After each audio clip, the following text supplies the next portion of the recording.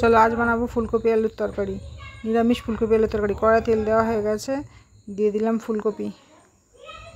আমি দিলাম না, ভাগলপুরের রাঁধুনি দিল। ফুলকপি আলু একটু নুন দিয়ে দিচ্ছে, একটু দিয়ে দিচ্ছে হলুদ। ফুলকপিটা ভাজছে, ফুলকপি আলু দুটোই ভাজা ভাজা হচ্ছে, প্রায় ভাজা ভাজা হয়ে গেছে। নামিয়ে নিয়ে এসে তেল দিয়ে আবার তেজপাতা দিয়ে দিয়েছে, গোটা গরম মশলা, শুকনো লঙ্কা ফোড়ন, এগুলো সব ভাজা হয়ে গেলে আবার দেবে, দেখি কি দেয়। দিল আদা জিরে বাটা, টমেটো,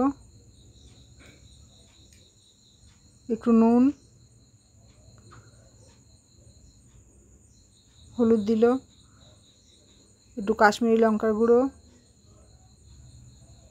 এই দিয়ে এখন মশলাটা কষানো হচ্ছে। এবার দিয়ে দেবে কটা কাঁচা লঙ্কা।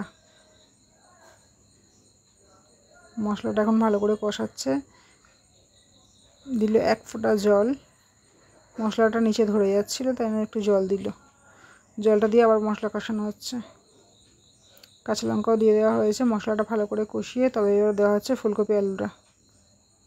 ভিজে রাখা ফুলকপি আলু দেওয়া হয়ে গেছে মশলার মধ্যে। মশলাটা তো আগে থেকে কষিয়েই রেখেছে, ফুলকপিটাও ভাজা হয়ে এসছে প্রায়। এবার ফুলকপি আলুর সাথে মশলাটা আবার ভালো করে কষানো হচ্ছে। বেশ রান্নাটা দেখে বেশ ভালোই লাগছে। জল দেওয়া হয়ে গেছে। ও দারুণ দুর্দান্ত দেখতে হয়েছে।